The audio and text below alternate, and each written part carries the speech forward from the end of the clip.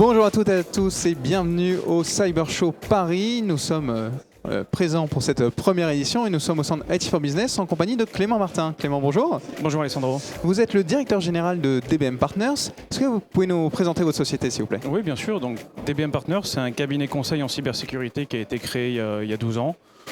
Aujourd'hui, on a à peu près une cinquantaine de collaborateurs répartis entre Paris, Bordeaux et Toulouse.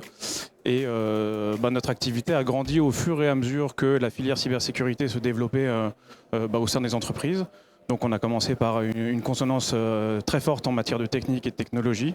Et puis on a développé au fur et à mesure du temps la sécurité offensive au travers de nos offres de pentest et de Red Team, mais également une très forte offre sur la GRC et sur l'accompagnement au changement pour favoriser l'adoption des solutions de sécurité chez nos clients.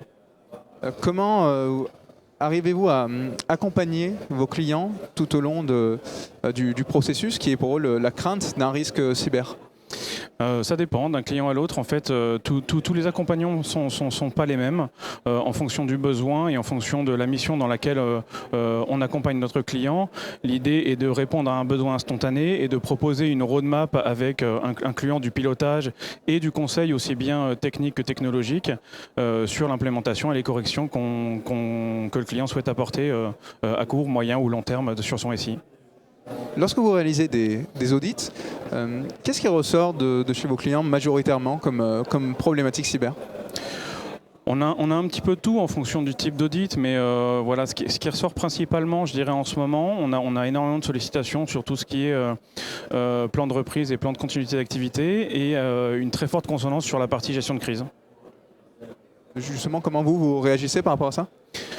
En réalité, on s'est rendu compte que les entités qui ont un certain niveau de maturité et donc une certaine capacité financière adressent relativement facilement en réalité ce genre de problématique.